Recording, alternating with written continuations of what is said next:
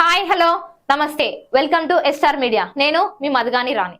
తిరుమల శ్రీవారి భక్తులకు మరొక శుభవార్త. వాట్సాప్ ద్వారా దర్శన టికెట్లు బుకింగ్. ఇక సులభంగా టికెట్లు బుక్ చేసుకోవచ్చు. తిరుమల వెళ్లే భక్తులకు టీటీడీ మరో శుభవార్త చెప్పింది. శ్రీవారి దర్శనం టికెట్లు బుక్ చేసుకునేందుకు సులభమైన విధానాన్ని తీసుకురావాలని నిర్ణయానికి వచ్చారు. ఆ దిశగా టీటీడీ అడుగులు వేస్తోంది.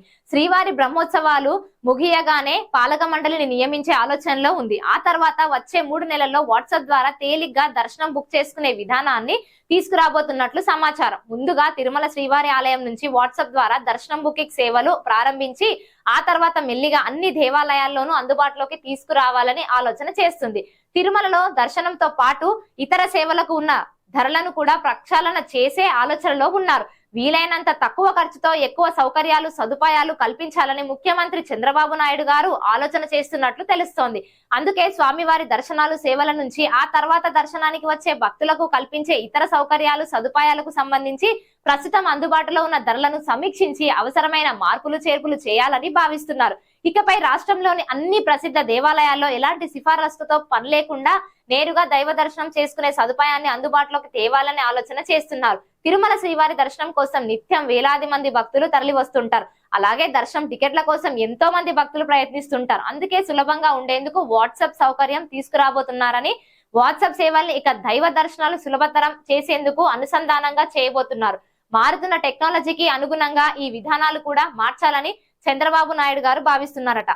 అలాగే తిరుమల దర్శనాల కోసం సీఎం పేచి మంత్రులు ఎమ్మెల్యేలు ఎంపీలు ఇలా ప్రజాప్రతినిధులు సిఫార్సు లేఖల కోసం ఒత్తిడి కూడా పెరుగుతోంది. అందుకే సిఫారసుతో పని లేకుండా సామాన్యులు సులభంగా తిరుమల శ్రీవారిని దర్శించుకునేలా ప్రభుత్వం ముందస్తు బుకింగ్లు విధానాన్ని తీసుకురావాలని ఆలోచన చేస్తున్నారట.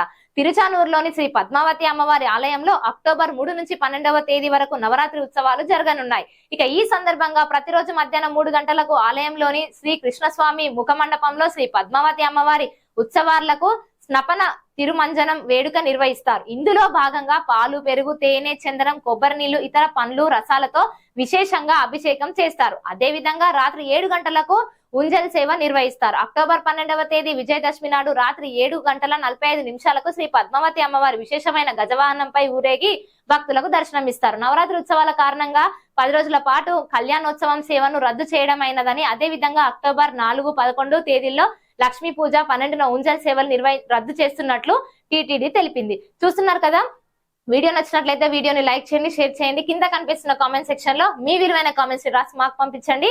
ఇలాగే ఎస్ఆర్ మీడియా ఛానల్ ని సపోర్ట్ చేస్తూ సబ్స్క్రైబ్ కూడా చేసుకోండి.